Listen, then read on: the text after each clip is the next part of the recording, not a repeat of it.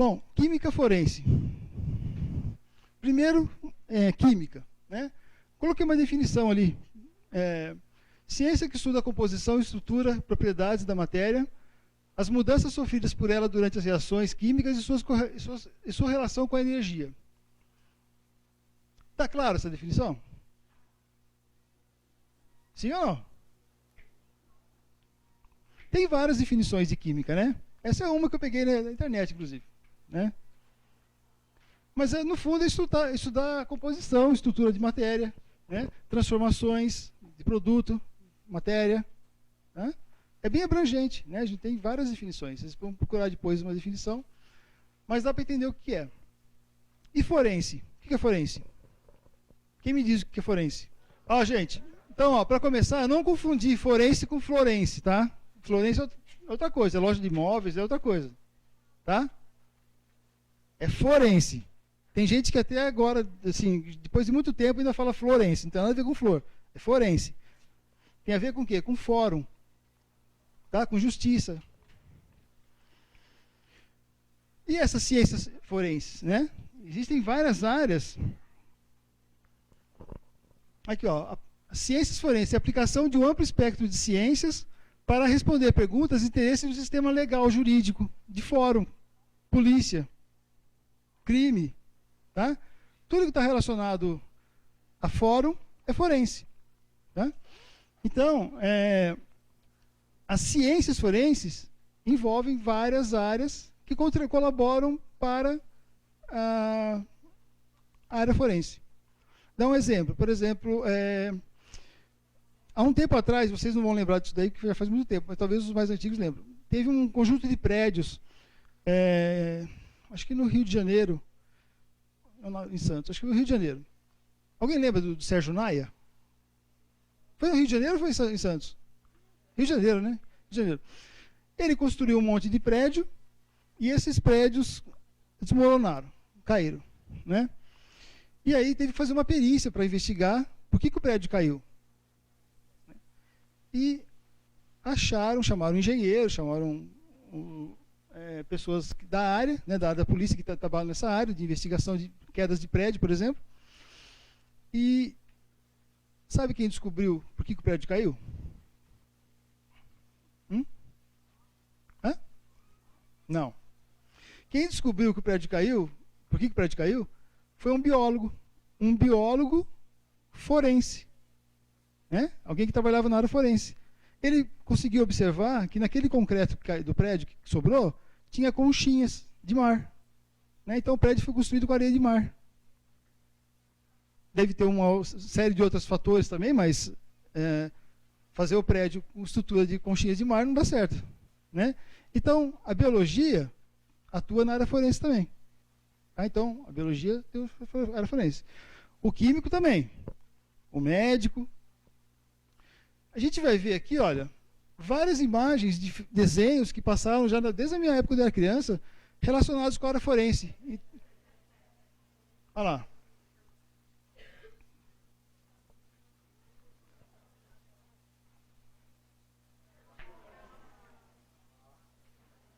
Vocês lembram disso daí? Não.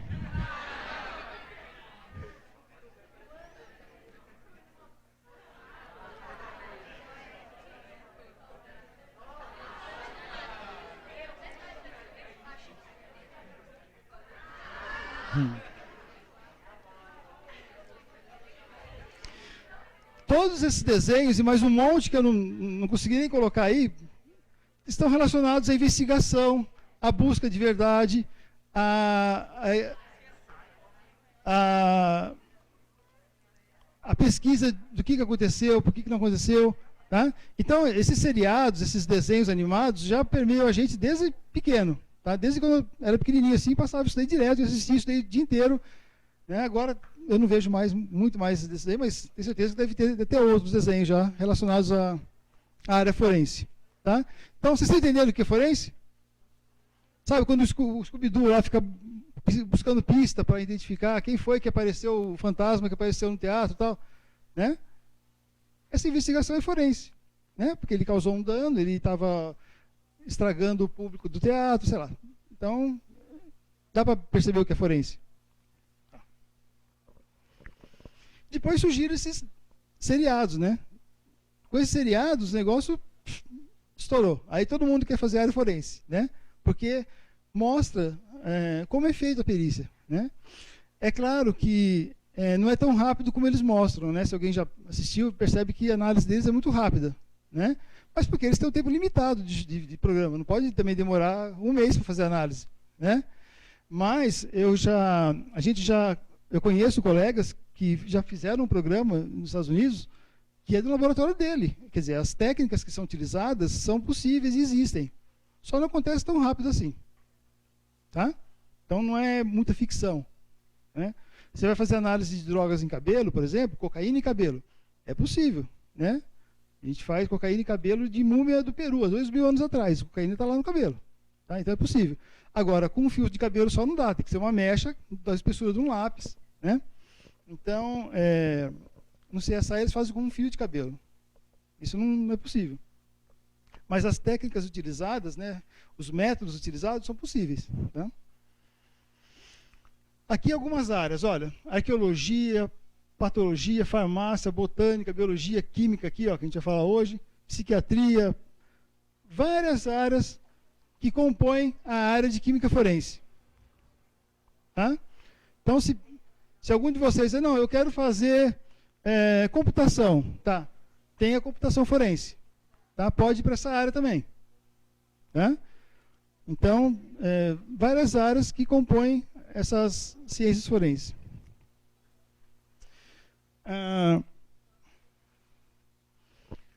Isso daqui é uma sala de necrópsia, né, onde faz o exame da pessoa que morreu, para saber do que ela morreu. Né? Tem uma mesinha aqui e tal. Isso aqui na Suécia é um prédio antigo lá que faziam escondidas essas análises, que não era permitido antigamente, né? Aqui um exame necroscópico, né? Aqui cortando a pessoa para investigar do que a pessoa morreu. Né? E essas ciências forenses começaram com a medicina, justamente por causa disso, curiosidade de saber do que a pessoa morreu. Né? Então, quase que ciências forenses, que medicina legal, a medicina que mexe na área forense, medicina forense, quase que ela virou sinônimo de ciências forense. Porque era a principal e foi lá que tudo começou. Né? Então, não é sinônimo. Né? Acontece que, por causa de poder, de busca pelo poder, pela primeira posição, no século XVIII apareceram muitos envenenadores profissionais. Pessoas que eram contratadas pelo rei para matar o rei do reino vizinho. Tá? Ou para matar o irmão, porque ele queria subir no trono. Então começaram a aparecer essas coisas. Né? Querendo eliminar a pessoa.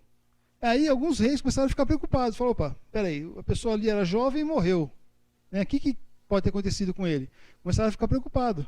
Perceberam que tinha alguma coisa por trás, que não era só uma morte normal. Né? Aí, como a morte não tinha sinal externo, não era facada, não era espadada, não era nada, a pessoa apenas morria, começaram a investigar então. Chamaram algumas pessoas que tinham conhecimento na área de química. Falaram, olha, vamos começar a investigar, porque essa pessoa aqui teve uma morte estranha. Então vamos começar a investigar envenenamentos. Foi aí que começou a desenvolver a área de química. Né? Então primeiro foi a medicina, nas ciências forenses. Depois a área de química. Extremamente importante para a nossa área, para essa área de forense. Tá? Aí tem aqui, ó, vocês devem ter visto já o filme da Lucrécia Borgia, que era filha de um papa, que matou um monte de gente com uma porção de arsênico que ela fazia e vendia até. Né? Então tem várias áreas, várias situações que foram sendo desenvolvidas, essa parte analítica, essa parte de química, né, da análise de forense. Aí tem lá, deixa eu ver o que é importante aqui. O arsênico era a droga mais importante da época, é a mais utilizada. Né? Muita gente morreu por intoxicação por arsênico. Né? Esse camarada aqui, ó, esse pesquisador Orfila, que é conhecido como pai da toxicologia, ele trabalhou muito tempo para desenvolver um método, uma receita, né, um procedimento para determinar arsênico em mortos. Né, porque isso foi encomendado pelo rei, tem que fazer isso. Ele não conseguiu, Mas aí uns alunos que trabalhavam com ele conseguiram desenvolver um método, né, chamado de teste de Marsh. Né? É um método que detecta arsênico em vísceras, né, pessoas que morreram. Quando lançaram esse método, quiseram testar o método, né? Então, o que fizeram? Teve um caso de uma pessoa que morreu, foi lá para o júri, aí chamaram o tal do James Marsh para fazer, na frente de todo mundo, nós depois vamos fazer alguns experimentos aqui também,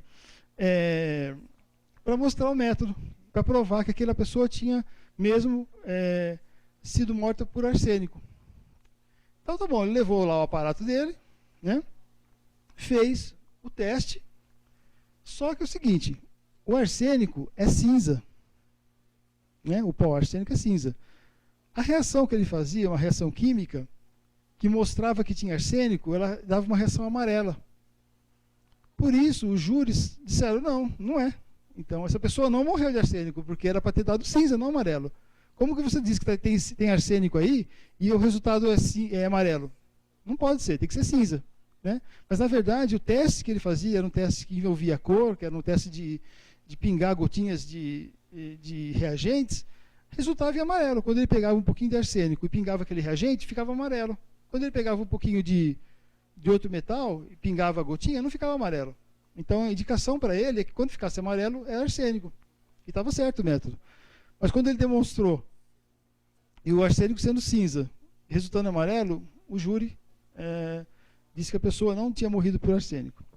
Bom, então a química se desenvolveu nessa área, e hoje a gente tem várias aplicações da química na área forense. Né? Aqui eu coloquei só algumas, mas tem muito. Tá? Então tem análise de mancha de sangue, tem detecção de revelação de impressão digital, resíduo de disparo de arma de fogo, né? A gente vai ver um pouco sobre isso, análise de DNA, análise toxicológica, a gente vai fazer um teste aqui também, adulteração de combustíveis, adulteração de bebidas, né? Investigação de incêndio criminoso. Então, tudo isso a gente aplica a química. Muitas dessas coisas a gente faz no laboratório, como tem o desenvolvimento de método para fazer isso. Né? Aqui, por exemplo, a gente desenvolve um método para determinar se o incêndio foi criminoso ou não. Né? A gente busca encontrar solventes, etanol, álcool, né? Gasolina, querosene.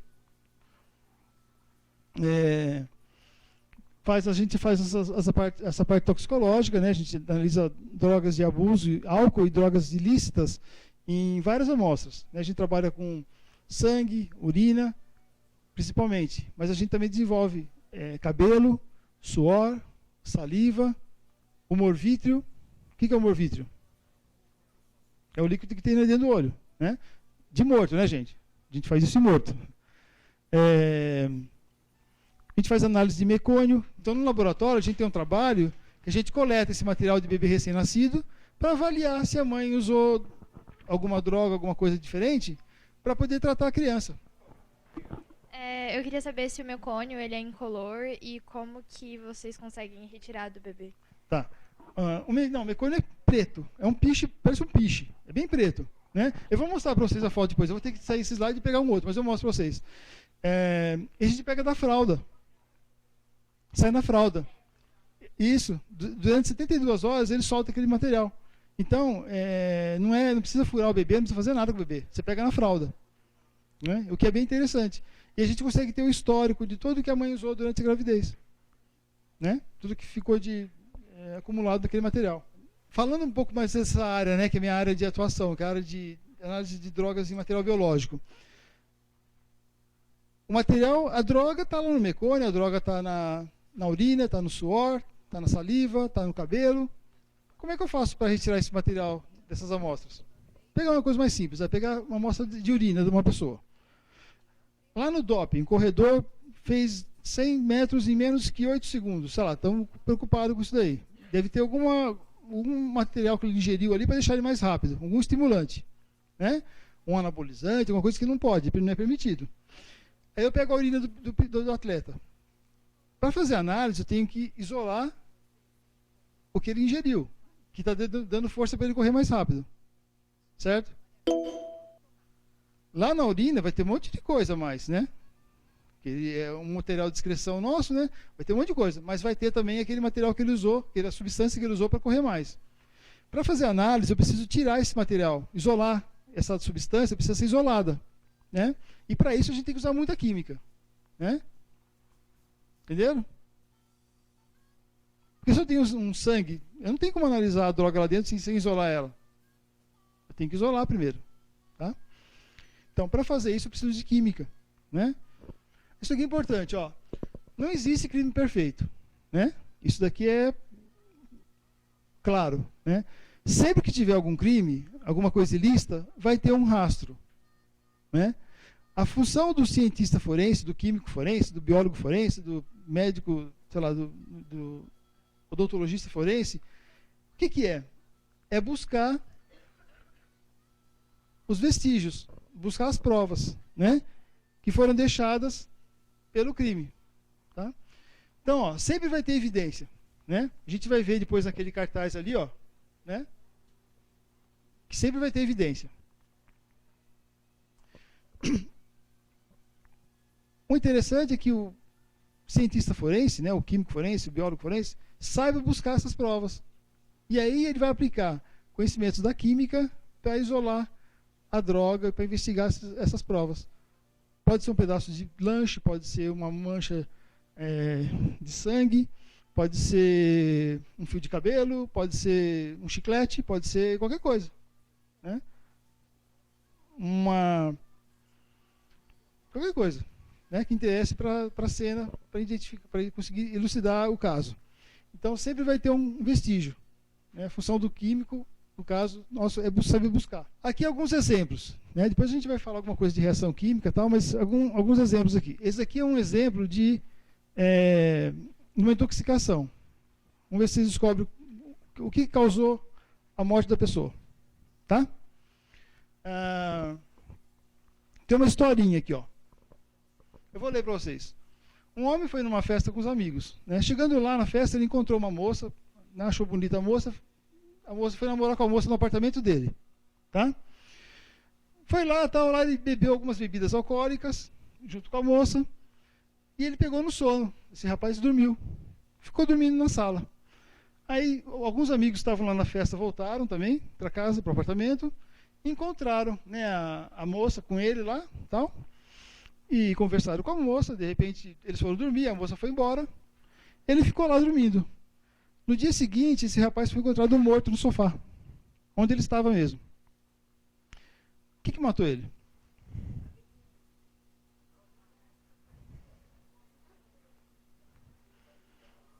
O Cássio falou que é bebida. Eu vou mostrar para ele que talvez não tenha sido a bebida. Mas eu vou provar aqui. Alguém tem alguma outra ideia assim? Nesse ponto da história?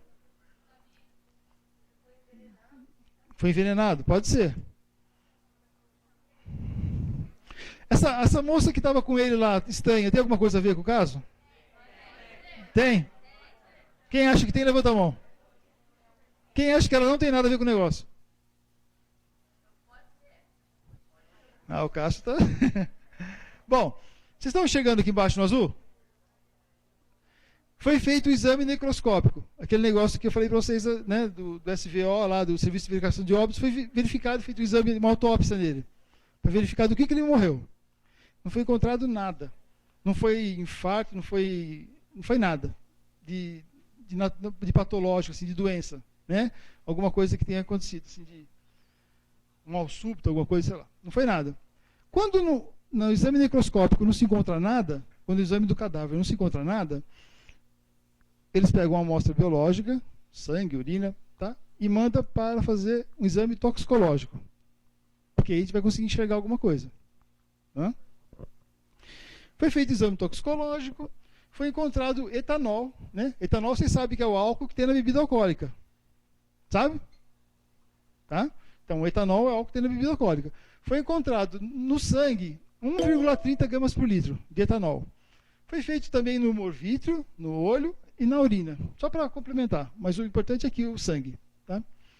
Nessa análise que foi feita toxicológica, encontrou também um medicamento chamado triazolam, né, que é um antidepressivo, um benzodiazepínico, uma droga usada para para controle de ansiedade e tal. Né? Foi encontrado também isso aqui. Nessa concentração, 4 microgramas por litro. Vocês vão ver que o triazolam, o médico pode receitar de 1 a 5, até 10 ele pode receitar, que é seguro. Quer dizer, não é overdose, não é uma dose muito alta, 4. Está dentro do controle terapêutico, do médico. A receita pode ser feita assim, de 1 a 5 até 10. Então, não foi muito medicamento. O álcool, eu vou mostrar para vocês também, que não é muito. Olha lá, ó, uma pessoa de 80 quilos, se ele tomar um copo de cerveja, ele vai chegar com 0,19 gramas por litro. Quanto que era lá mesmo? 1,30? Quanto que dá aqui, mais ou menos? Uns 5, 6 copos? 6, 7 copos, né? Se eu tomo uma lata de cerveja, eu fico zonzo. Eu não tomo. Mas tem gente, eu tenho colega que toma uma caixa inteira, né? Então, 6, 7 copos não é um absurdo, é? Né? Não é para beber nada, mas esse pessoal que bebe, bebe mesmo, né? Então, assim, não causou a morte dele a bebida. O que causou a morte dele, então? Quem falou isso? Quem que é? Quanto é o nome? A Heloísa acertou, então. A mistura cerveja, álcool, bebida alcoólica e medicamento causou a morte do rapaz. Tá? E como que a gente investiga isso daí? Pegando a amostra de sangue dele, extraindo esse material, né? E analisando. Aí, ó. Já ouviram falar que semelhante dissolve semelhante? Quem já ouviu falar? Já ouviu falar? Você quer falar mais alguma coisa sobre isso? Não? Semelhante dissolve semelhante. Se eu tenho uma droga na amostra biológica, no sangue, no suor, no mecônio, que seja, para extrair essa droga, eu preciso colocar algum solvente, alguma coisa lá na amostra, que seja semelhante à minha substância. Porque ela vai ficar solúvel naquele solvente e vai ser extraído. Né? Para vocês compararem um pouco, para ter uma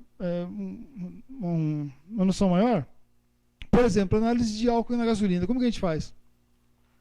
Álcool e gasolina se misturam? Álcool e gasolina se misturam? Sim ou não?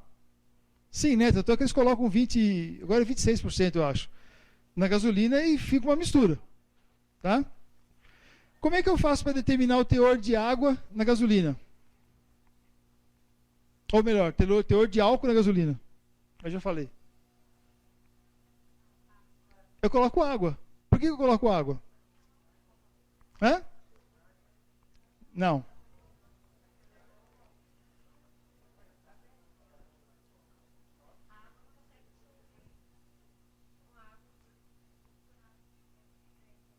Quem que vai... O Cássio falou que com a água eles não conseguem se misturar. Quem que vai ficar misturado na água? O álcool. E aí eu vou conseguir saber quanto que eu tinha de álcool na gasolina, de água na gasolina. Ou de álcool. A quantidade de água que eu coloquei. Eu vou saber quanto tinha de álcool. Tá claro isso ou não? Eu pego um tubo, uma proveta, né, que a gente chama de proveta, um tubo, coloco a gasolina lá e coloco água. O álcool que está na gasolina vai passar para a fase de água, fase aquosa. Aí eu vou ter o volume certinho que eu tenho de álcool, de álcool na gasolina. Tá claro isso? Então, o que foi? Eu usei um semelhante, que é a água, que é apolar, igual ao álcool, para separar da gasolina. Quando eu faço uma extração de alguma droga, de algum medicamento, de uma amostra biológica, eu tenho que usar um solvente que seja semelhante. Aí eu consigo extrair ele fácil. Como se fosse pegar um ímã, assim, tirar um material da amostra. Um metal, por exemplo. Tá? Então, uma fundamentação básica de química, né? Semelhante, se dissolve semelhante, mas que é super útil. A gente usa isso aqui direto o dia inteiro no laboratório, tentando isolar drogas de amostras biológicas. Sim, a gente usa centrifugação. Depois que a gente faz essa adição dessa substância, desse solvente na amostra de sangue, eu agito bastante, aí vou ter duas fases, uma fase orgânica, apolar, e uma fase polar, né? Vocês conseguem entender polar e apolar, né? Óleo e água. Né? Água, polar. Óleo, apolar. Né? Então, gasolina, apolar. Água, polar. Tá? Então, eu consigo separar as duas fases, aí eu centrifugo e retiro a parte que eu quero, onde vai estar a minha substância. Depois eu faço as análises usando outras técnicas, né, instrumentais. Uma outra aplicação da química, né, que é bem interessante, que a gente vai fazer ali depois, é análise de sangue em local de crime. Tá? O que a gente faz para analisar sangue em local de crime? Vocês já ouviram falar no luminol? O que é o luminol? O que é o luminol? Hã?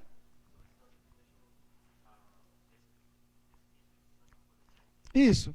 Né? Quando eu quero analisar se tem sangue em algum lugar, eu jogo uma substância chamada luminol, né?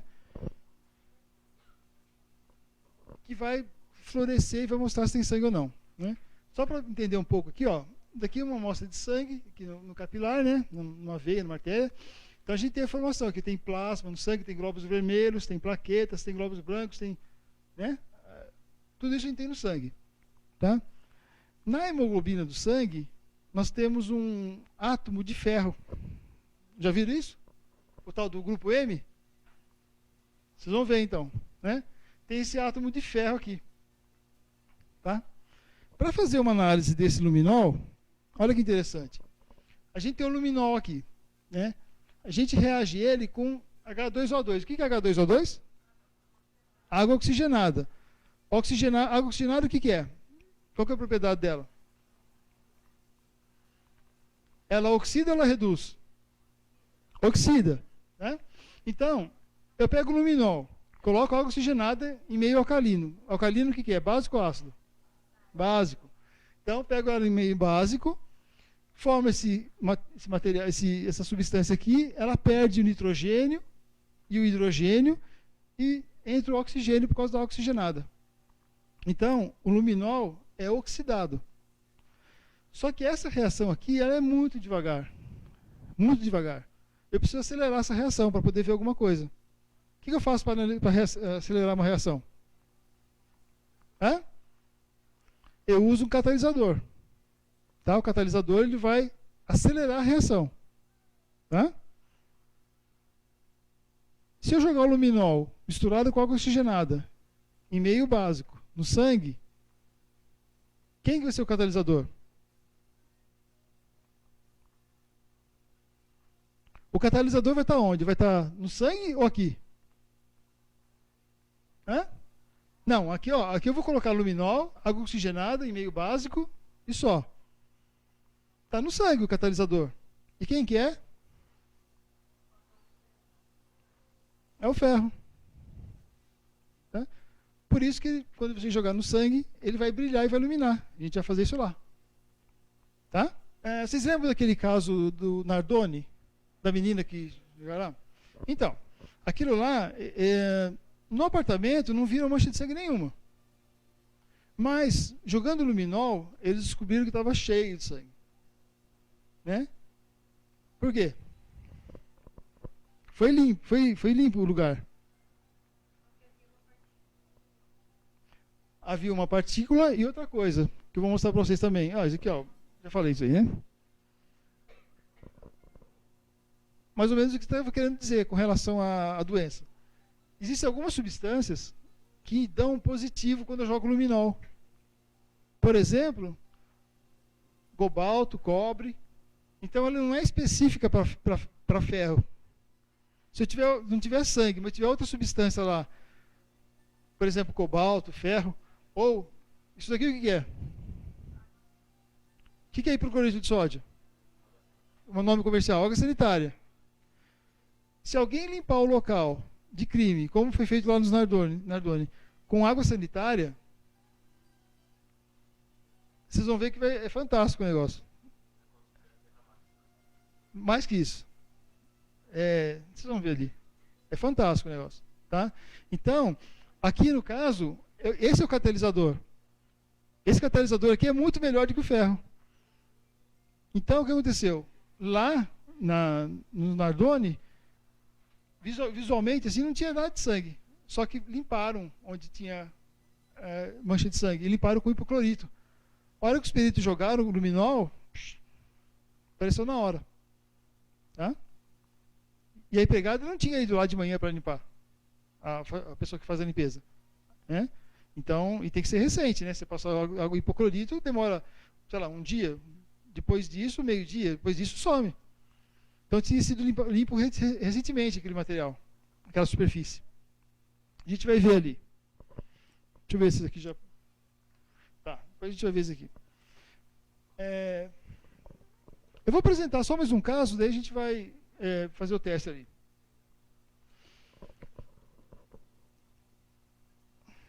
Vocês já ouviram falar no bafômetro, né? No etilômetro. Para que serve? Para analisar o álcool, né? O álcool que está onde?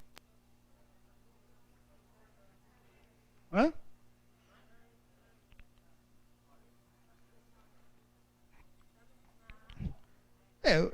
Ele sopra, sai o ar exalado, o ar do pulmão, é o álcool que a pessoa ingeriu, né?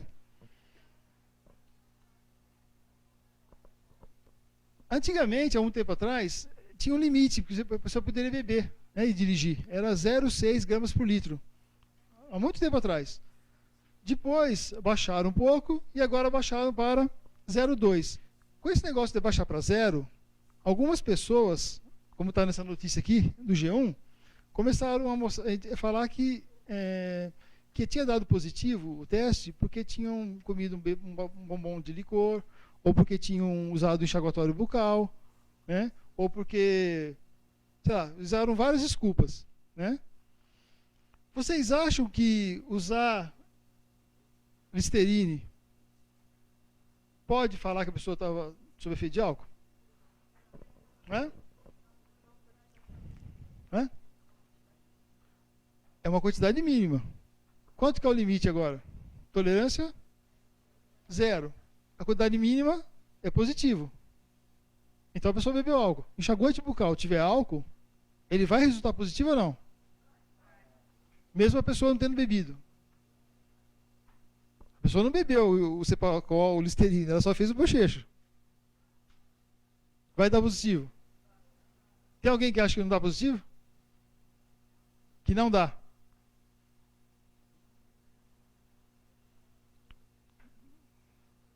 Hã? Você acha que não dá positivo? Então tá bom. Deixa eu ver se nessa versão ficaram as reações aqui. Existem dois tipos de bafômetro, né? De etilômetro. O nome correto é etilômetro. Um que é bem simples, que é esse tubo aqui, né? A pessoa sopra, aqui dentro tem dicromato de potássio. Né? Se tiver álcool, né, o álcool ele vai em meio ácido, né, ele vai sofrer oxidação, oxidação, na verdade, vai se transformar em ácido acético e vai mudar, vai ficar ácido e vai mudar de cor, de amarelo e passa para verde. Tá? Esse é um bafômetro, um etilômetro bem simples. Né? A pessoa sopra e olha a cor. Né? O etilômetro, o bafômetro que a polícia usa, que tem um número, né, que a gente vai usar, que está aqui do lado, ele funciona diferente, né? Ficou bagunçado o slide meu, mas tudo bem. A pessoa sopra e dentro dele tem um catalisador que vai pegar esse álcool exalado que tem, se tiver etanol, vai acelerar a reação e vai mudar uma corrente elétrica dentro do aparelho e vai me dar um número. Então não é cor, eu não vou ver a cor se mudou de amarelo para verde ou verde para amarelo, tá? Eu vou ter um número. Os dois são etilômetros, são bafômetros iguais e tal. Só que um é mais manual e o outro é um automático. Então, é tudo reação química, né? Que ocorre. Aqui, ó, o etanol, né? Sofrendo oxirredução. Na verdade, é uma célula combustível que tem dentro do aparelho. Ocorre duas reações, né? Uma, a semi-reação, primeiro, essa oxidação, né? Do álcool, do etanol. E depois, essa outra reação aqui que vai gerar a corrente elétrica. Tá? É um mecanismo eletrônico, lá dentro a gente não vê, está fechado. Né? Só vou mostrar para vocês que é diferente do tubo que você sopra e muda de cor. Uma outra aplicação da química também é quando a gente faz análise de resíduo de disparo de arma de fogo. Né? Tem uma substância chamada rodizonato de sódio, que é essa substância aqui, em presença de bário ou chumbo, que são os componentes da bala, da pólvora, né? Ele dá um resultado vermelho vivo para chumbo ou vermelho escuro para bário. Né? Isso é muito simples a gente fazer. A gente pega aqui na região da mão onde a pessoa usou a suspeita, né? Coloca uma fita, retira os resíduos de pólvora e depois faz a aplicação do reagente, desse rodizonato de sódio. Ele vai ficar dessa cor aqui, ó, se for positivo. E é um teste muito sensível também. É bem rápido de fazer. Tá? Chama rodizonato de sódio. Uma outra aplicação também é na impressão digital. Né?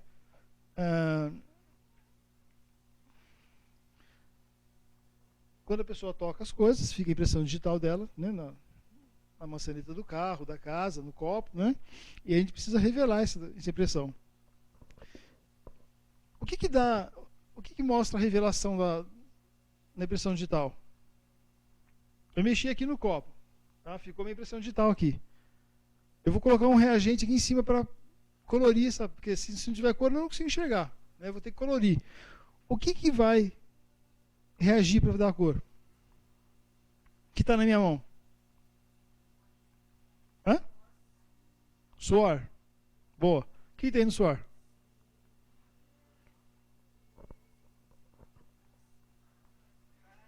Olha lá, suor. A gente tem compostos inorgânicos e compostos orgânicos. Qual desses compostos que vai dar um sinal, que vai reagir e vai me dar uma cor diferente? Hã?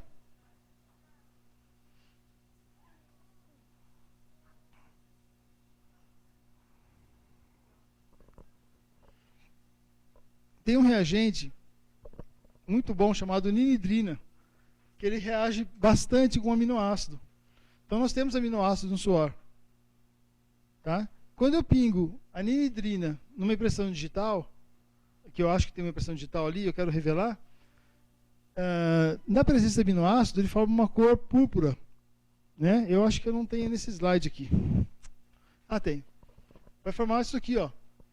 Tá? E vai revelar a impressão digital. Aí o papiloscopista, a pessoa que entende de impressão digital, vai conseguir comparar, né? Ver vai ter vários sinais aqui para você detectar, né? Arco, várias coisas para entender se a pessoa consegue identificar a pessoa que usou aquele copo. Tá? Então, ela usa o aminoácido do suor, pingando o ninidrina em cima, a gente consegue revelar. Ó, gente, a Giovana vai fazer um bochecho com Cepacol, com o Listerine, tá? Ela vai lá, faz o bochecho, joga. 1 minuto, tá? Você tem relógio aí? Tá, marca 1 minuto, faz. Aí você vem direto para cá, não vai beber água não. A gente vai simular a pessoa que fez o bochecho, saiu de casa e pegou o carro. Aí você vai soprar o bafômetro para a gente ver se dá positivo ou não. Tá bom? Hã? Esse tem álcool. Tá?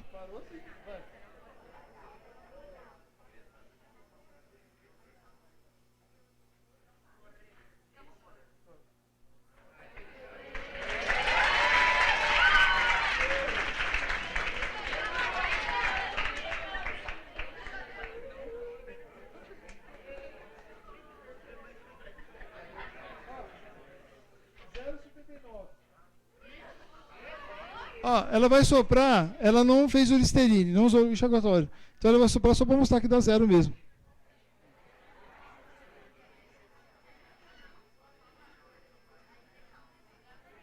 Pronto. Aí, ó, 0. Segura, gente. Pode jogar, não.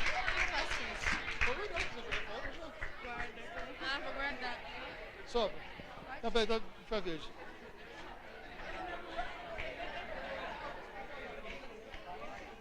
Pessoal, quanto tempo passou que ela fez o enxaguatório bucal já? Não marquei. 5 minutos? Então, a primeira medida deu 0,79. Vamos ver quanto que vai dar agora, então. Para ver quanto tempo ela tem que esperar depois que ela fez o enxaguatório bucal.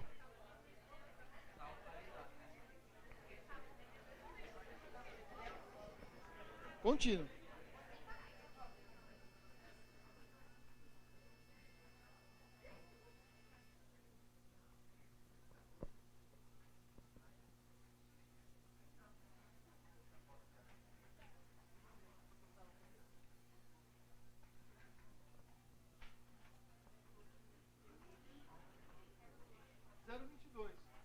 Ainda dá.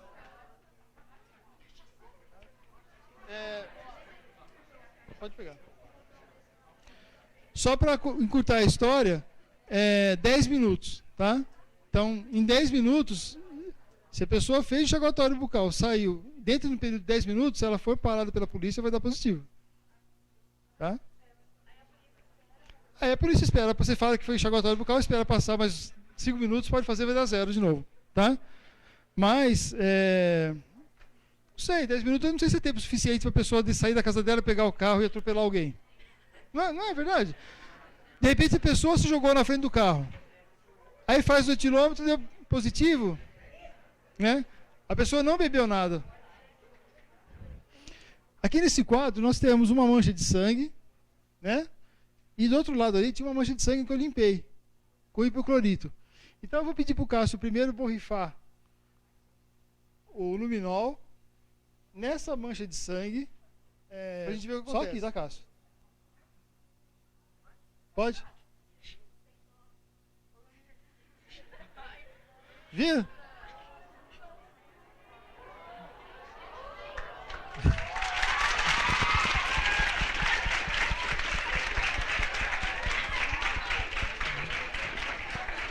Ó, o Olavo vai repetir no sangue, depois ele vai repetir na água sanitária. Então joga aqui primeiro. Joga aqui na água sanitária agora. Ó.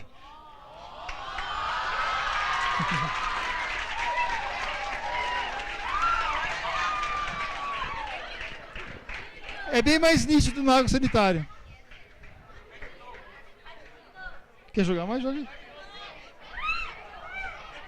Você falou que o luminol, ele reage com o hipoclorídrico, certo? Isso. Só que se eu tiver passado ali e não tiver caído sangue nenhum, ele vai acender do mesmo jeito? Vai. Então aí não fica meio que uma incógnita? Então, isso que eu ia falar depois. Esse teste, ele vai indicar que tem mancha de sangue, quer dizer, numa cena de crime, vai conseguir buscar na parede, se a pessoa segurou na parede e tal. Mas não é definitivo, né? Existem outros testes mais sensíveis, inclusive microscopia, que você consegue pegar e ver a hemácia, né? Aí sim que você vai falar, não, isso aqui é sangue mesmo. Porque senão, se você tiver qualquer uma daquelas substâncias, o hipoclorito, vocês vão ver que o hipoclorito é fantástico. Pode dar um falso positivo. No caso do apartamento lá dos Nardoni, estava na cara que foi limpo, né? Porque a pessoa que limpa não foi no dia anterior e não fica. Vocês viram ali, ó, eu passei antes de sair do laboratório, já não está mais, né? Mas quando tem a presença do hipoclorito, é bem nítido assim. Usaram o hipoclorito para limpar essa região aqui. Você consegue ver fácil. Mas é um falso positivo, né? Pode ser que a pessoa tenha, por coincidência, usado o hipoclorito para limpar, você faz o teste, não tinha sangue aqui. Não tinha sangue, né? Por isso que tem outros testes para confirmar. Eu queria fazer uma pergunta. Pode falar. A luz negra poderia ser usada no lugar do luminol? Não vai ter o mesmo efeito que teve aqui. O que seria interessante é você usar a luz junto com o luminol. Tá? Daí fica bem nítido mesmo. Porque se não fluorescer, você não consegue ver. Tá? Professor, o luminol, ele evapora ou o papel absorve? Aqui, ó. Nenhuma coisa nem outra. Ele fica lá, você vê que caiu tudo na lousa ali, ó. É que ele brilhou depois Não, ele escorreu. Ah, bom. Ele escorreu. Ele não evapora, não. Tá bom, obrigado. Porque é uma solução aquosa, então não evapora, não. Eu queria saber, se fosse uma bebida alcoólica mais forte, quanto tempo demoraria para ela voltar ao normal, no bafômetro? É uma lata, 1 hora. E se fosse Para cerveja. Uma lata de cerveja, 1 hora. algo como uísque? Ah, ixi, aí umas 4 horas. Obrigada. A substância, ela emite luz. Como é, que é, vamos dizer assim, a química que acontece ali, além do ferro que tem no... Então, quando ele sofre oxidação, ele perde nitrogênio e perde o hidrogênio, o luminol. Tá? E forma uma substância, o 3-aminofitalato, que é uma substância que não é estável. Ele primeiro ganha energia, quando ele perde energia que ele emite a luz. Entendeu? Vamos agradecer mais uma vez ao professor Bruno pela excelente palestra. Muito obrigado, professor. Obrigado.